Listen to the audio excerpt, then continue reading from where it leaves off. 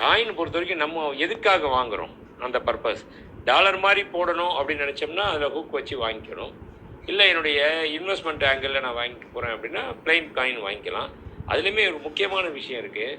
அந்த plain coin வாங்கிட்டீங்க அப்படின்னா நீங்கள் அதை உங்களுடைய அவசர தேவைக்கு அதை கொண்டு போய் அடகு வச்சு பேங்க்கில் ஒரு எமர்ஜென்சி கேஷ் வேணும் அப்படின்னா அது வைக்க முடியாது.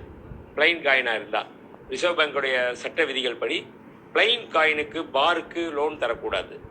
ஆபரணங்களுக்கு மட்டும்தான் லோன் தரணும் அப்படின்னு சொல்லி சட்டத்திட்டம் இருக்குது.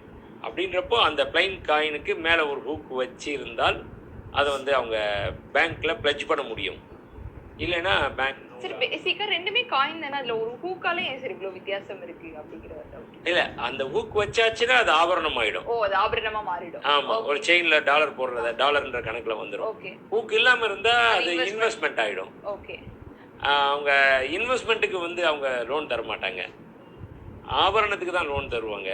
ரேட் ஆஃப் இன்ட்ரெஸ்ட் கூட கம்மி தான். இப்போ நேஷனலைஸ் பேங்க்கில் பார்த்தீங்கன்னா இப்போலாம் ரொம்ப கம்மியாகிடுச்சு. அதுவும் அக்ரிகல்ச்சரல் லேண்டு வச்சுருக்கவங்க, அதனுடைய பட்டா வச்சுருக்கவங்க, விவசாயிகள். ஸோ குறிப்பாக சொல்ல போனால் நார்மல் பர்சன் போய் வச்சாரு, அது பாதி பேருக்கு தெரியாது.